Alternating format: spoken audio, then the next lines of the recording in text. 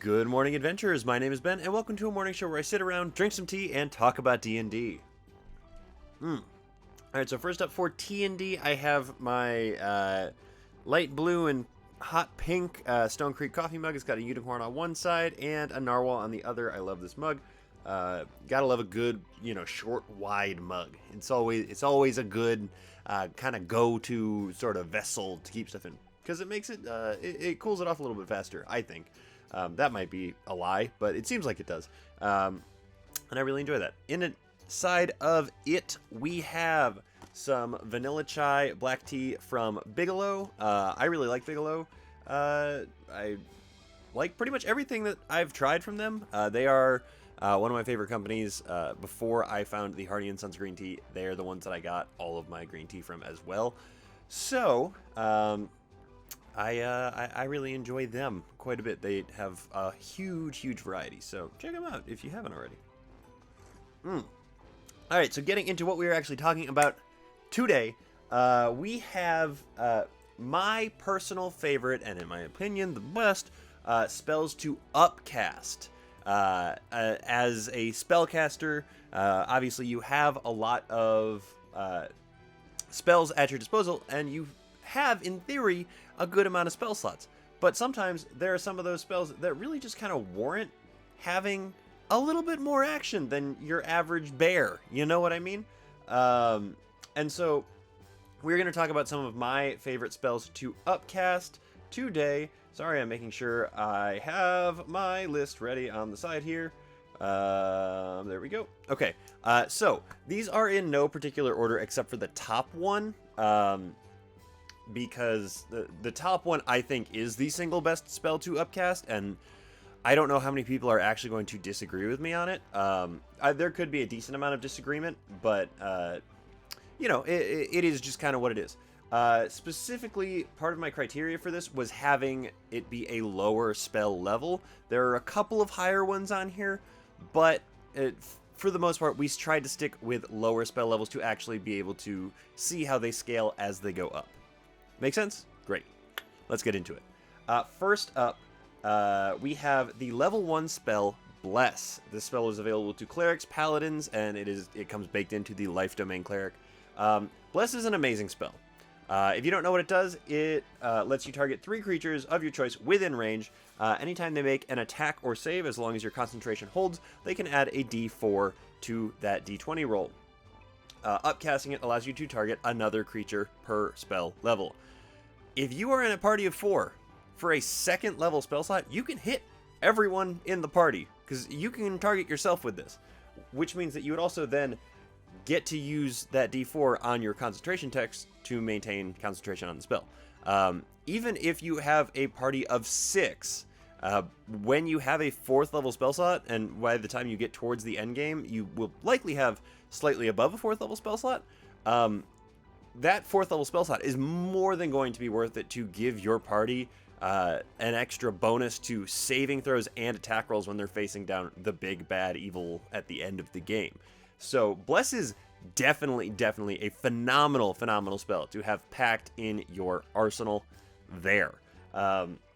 Realistically, you're not going to need to upcast it past, I would say, 4th level, because at that point you're getting into significantly more people than maybe you would on average find. But maybe you're in a party of, how many would that be? What is that? 11 people, something like that, where you need to cast it at 9th level.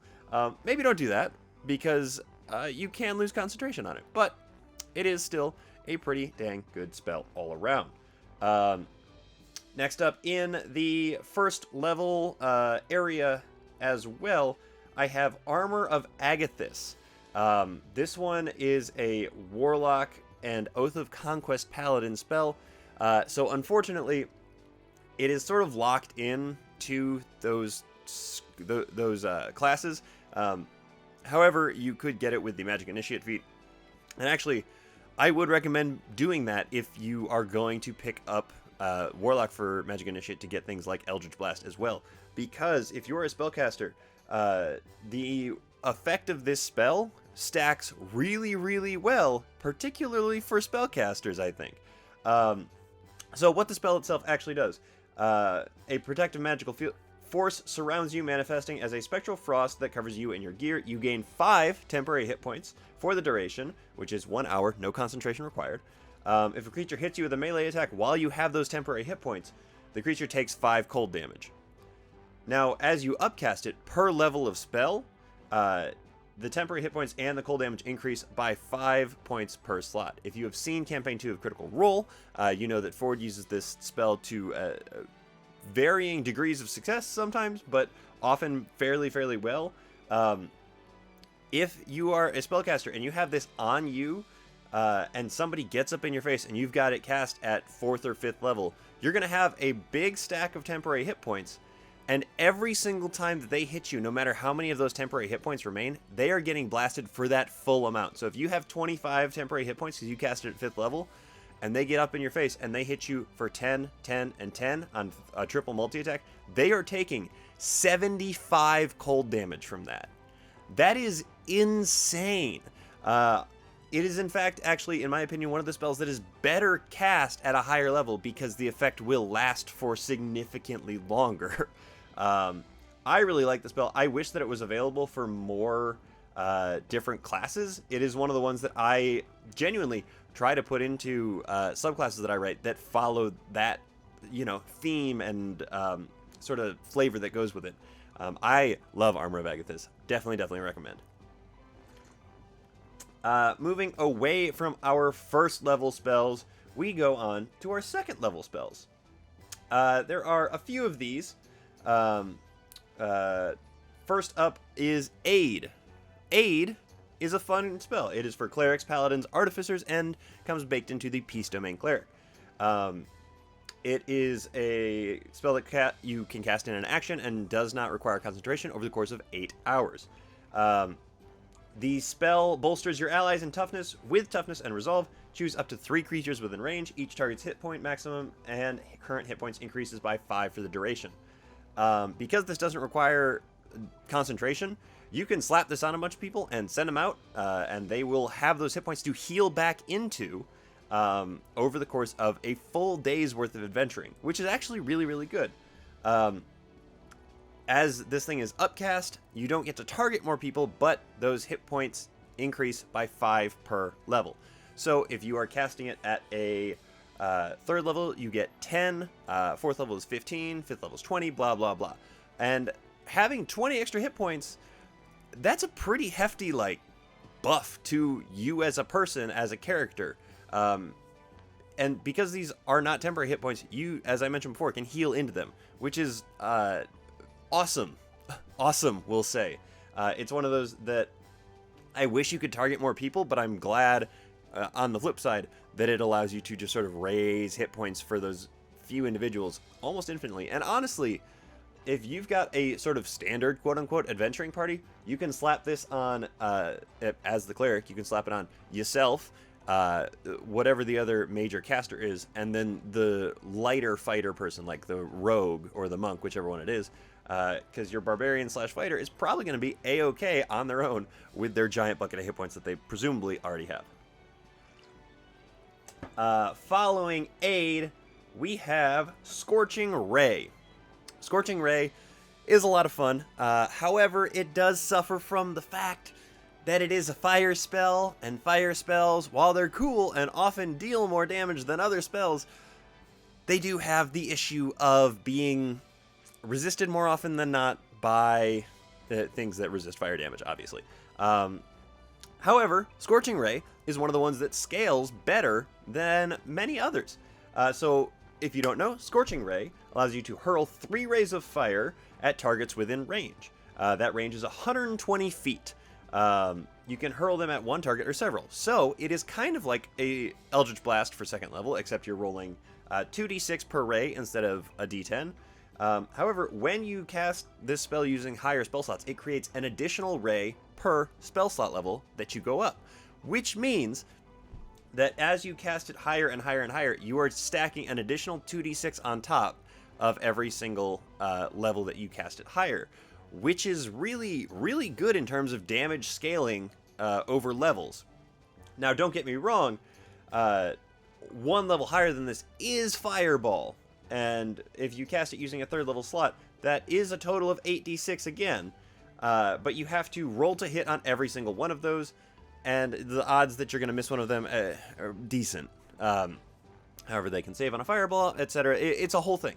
But the benefit to this one is that you can spread the love and sort of fan it out to a bunch of other people.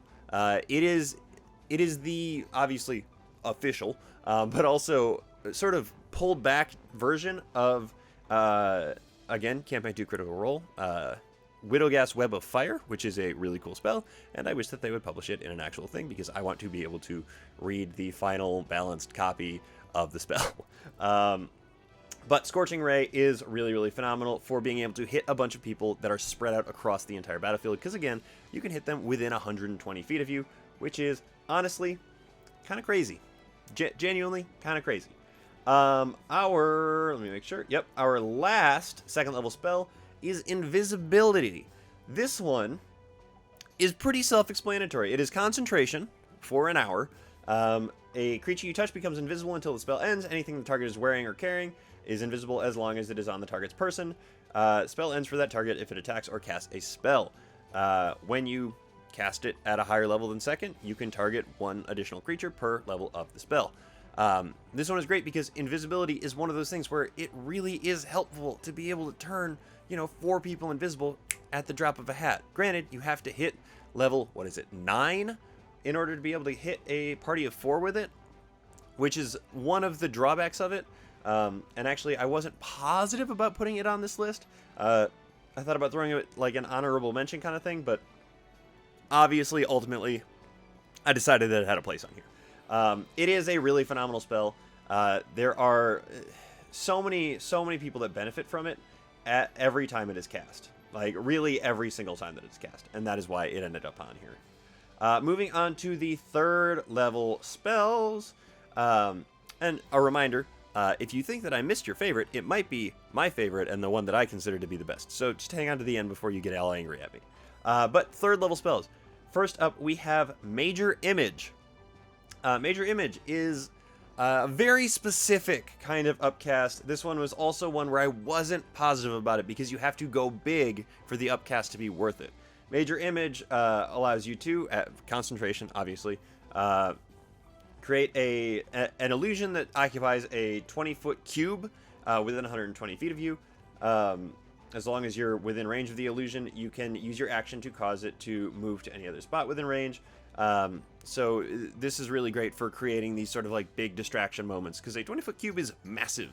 However, the upcast on this is it has to be a 6th level spell slot or higher, which is why I wasn't positive about having this one on here. But the benefit to it is really, really, really phenomenal.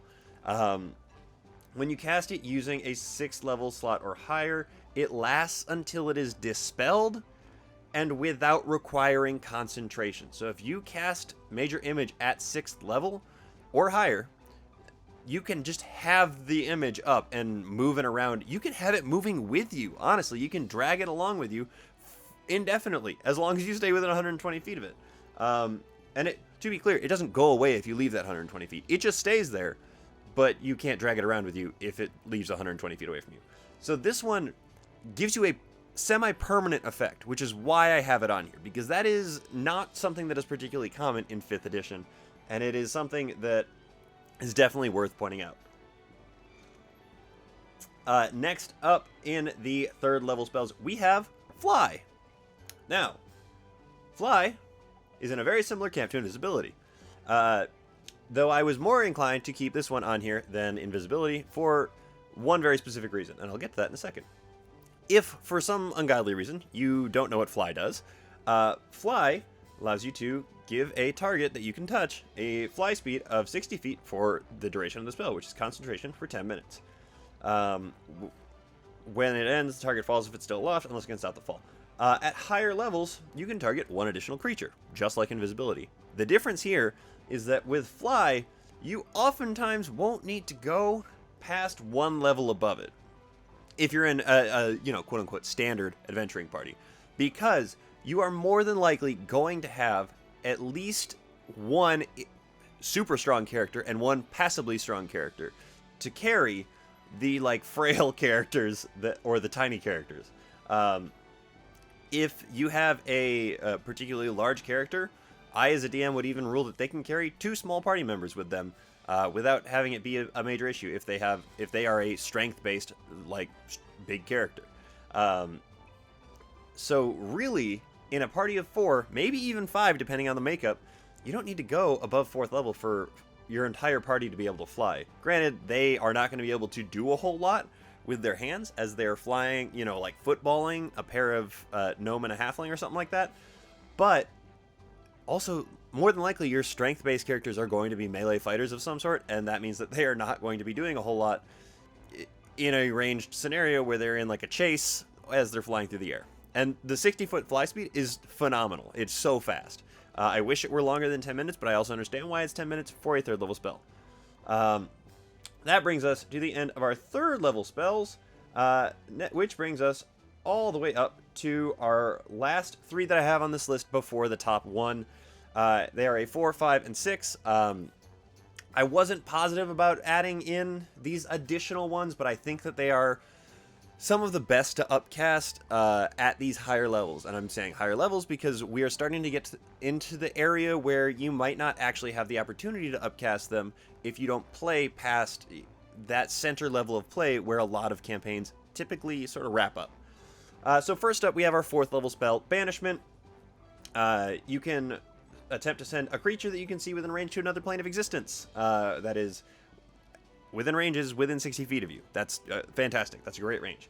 It's concentration for a minute. They have to succeed on a charisma saving throw or be banished. Now, typically, charisma is not necessarily the best stat on some of these bad monster-y things. They don't do a whole lot of talking. They do a lot more like smashing and all that kind of thing.